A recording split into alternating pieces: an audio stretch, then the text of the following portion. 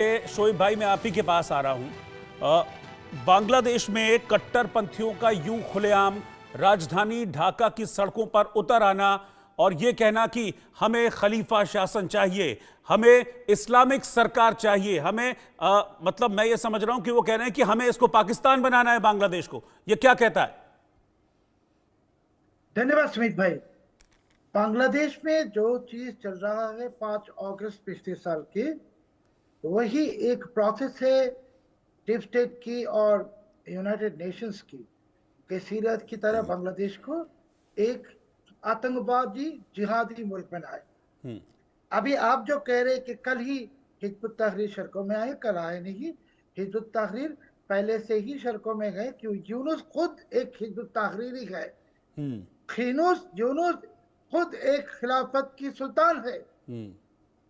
सो बांग्लादेश को यह खिलाफत देखिए। 2-3 इंफॉर्मेशन में सारे सम्मानित पैनलिस्ट के साथ और आपके साथ शेयर करना चाहता हूँ। कल जो हिजबुत तहरीर की इतने बड़ा प्रोसेशन हुआ, 4-5 को अरेस्ट किया, सबको रात के छोड़ दिया, सबको। और आज ही फिर से हिजबुत तहरीर वापस आ गई। वुमेन्स डे में फिर से पोस्टर लगा रहे, बैनर लगा रहे। जी। और बांग्लादेश की पुलिस अगर एक्टिव होता, तो ये जो वीडियो में हम जो तस्वीर देख रहे हैं, लोगों के चेहरे देख रहे हैं, इन लोगों को अरेस्ट क्यों नहीं कर रहा है? मैं जो कह रहा हूं कि अमेरिकन डीप स्टेट, जाति संघ, यूनाइटेड नेशंस, ये सब फैसिलिटेटर है जिहादी जंगी। मैंने जो कैसे क्या कहा आपको कि जाति संघ को चलाता है अरब मुल्क और जंगी जिहादी, सब मिलकर बांग्लादेश को अभी सीरा बनाने की कोशिश में है। और यूनुस एक सबसे बड़ा जंगी जिहादी है। तो बांग्लादेश बहुत ही भयंकर एक नतीजे में 5 अगस्त से चला गया।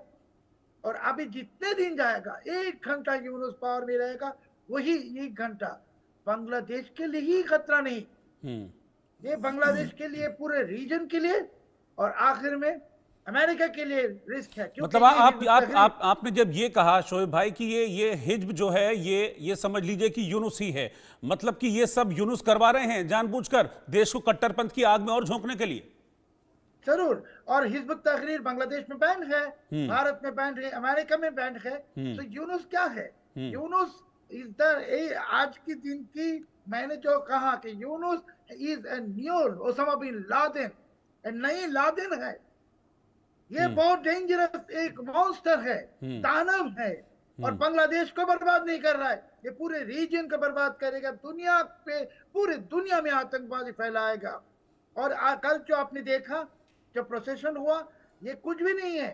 आपको मालूम है, कल ही रात राजशाही यूनिवर्सिटी के कैंपस में ऑलमोस्ट एक कैंटोनमेंट की तरह वेपन्स एंड एक्सप्लोसिव्स रिकवर हुआ।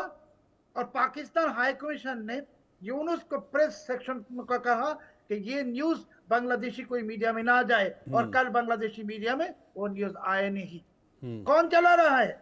पाकिस्तानी हाई कमीशन कौन होता है ये हुक्म करने के कि ये न्यूज मत चलाओ मीडिया में? क्योंकि वो जो हथियार है, वो कह रहे कि ये पुलिस से लूटा नहीं, ये सिर्फ पुलिस से लूटा हुआ हथियार है नहीं, ये जो पाकिस्तानी जहाजों में हथियार आया वही हथियार है। और यूनुस ने वो हथियार दिखाए नहीं।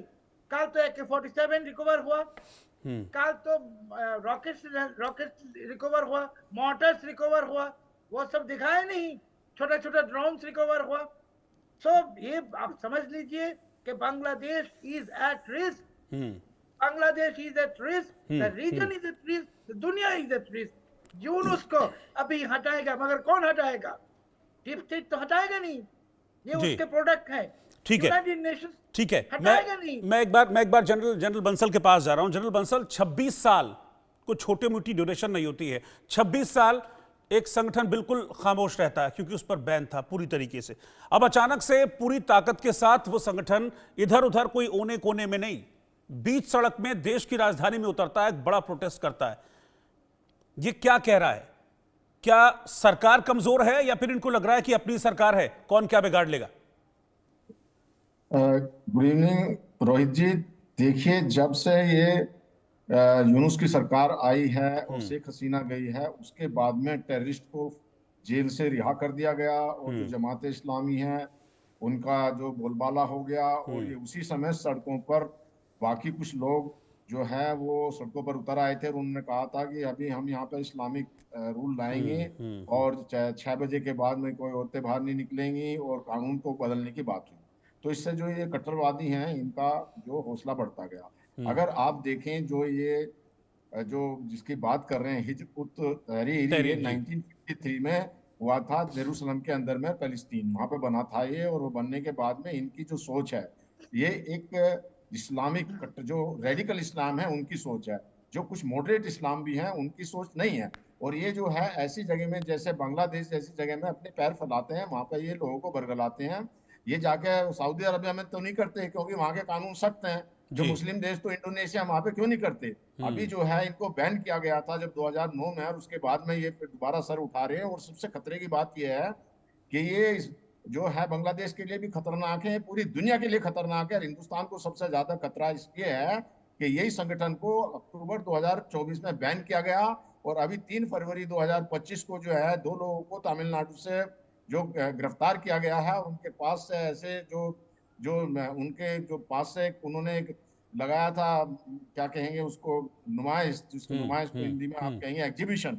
और एग्जीबिशन में जो इस्लामिक कंट्री है उनकी जो कितनी शक्ति है उसको दिखा करके उनका जो एक जो इन कट्टरवादियों का हिजब उत तहरीर का इनका मकसद ये है कि जो चुनी हुई सरकारें हैं संसार के अंदर में उनको उलट दिया जाए। और उसमें भारत भी एक है। तो भारत ने भी 2024 में इसके ऊपर बैन लगा दिया और 7 तो 8 लोगों को अभी और गिरफ्तार किया है। एनआईए जो बड़ी बुरी तरह से इनके जो इसको अभी जो ध्यान से करके, और ये बहुत बड़ा खतरा है। अब इस तरह की जो सोच ये कहाँ से आती है, ये परकोलेट होती है या ये यहाँ से जैसे बांग्लादेश जैसी जगह से आती हैं हिंदुस्तान के अंदर में, तो ये अपने लिए खतरा है, हिंदुस्तान के लिए भी खतरा है। ऐसी सोच जो है पूरे वर्ल्ड के लिए खतरा है जो ये कहते हैं। और ये इनको खुद ही देखना चाहिए।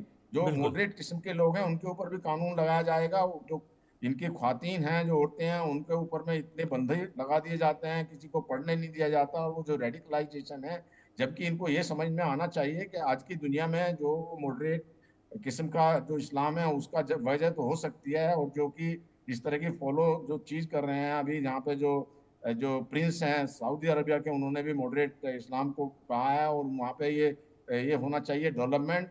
और इस तरह से ये अपने आप को बर्बाद करा देंगे।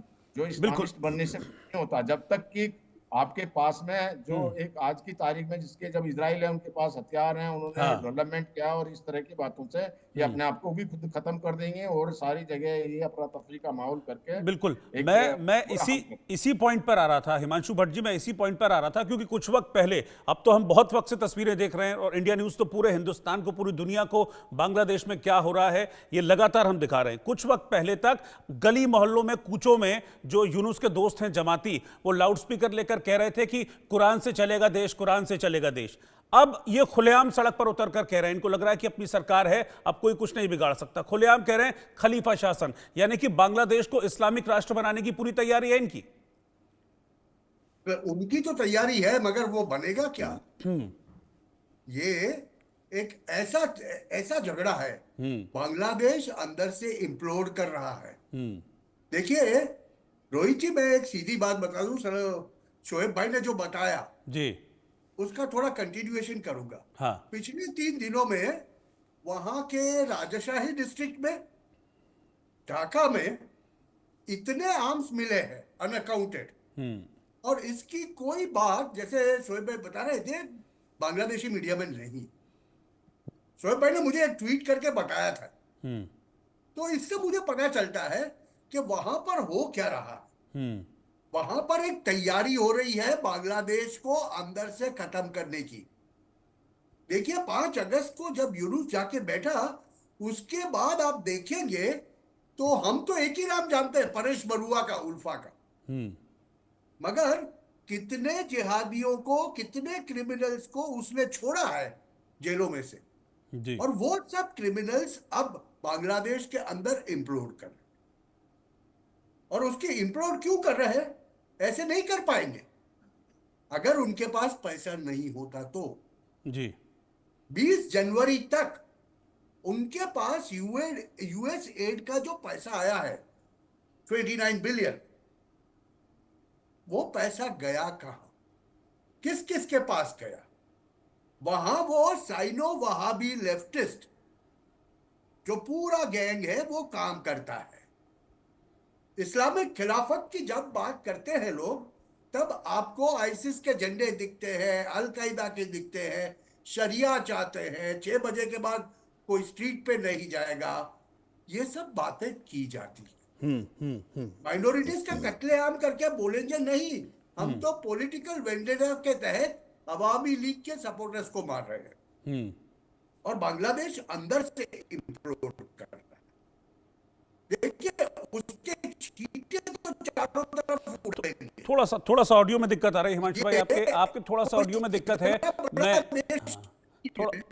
थोड़ा ऑडियो में इशू आ रहा है, मैं आपके पास लौटूंगा। मैं निपुण आलम बयान जी के पास चलता हूं तब तक, जब तक आपका ऑडियो करेक्ट हो जाता है। निपुण जी, इसका जिस तरह की चीजें ये हो रही हैं, अगर हम इनको चेन में रखें तो क्या ये पूरी तरीके से एक साजिश, एक कॉन्स्पिरेसी आपको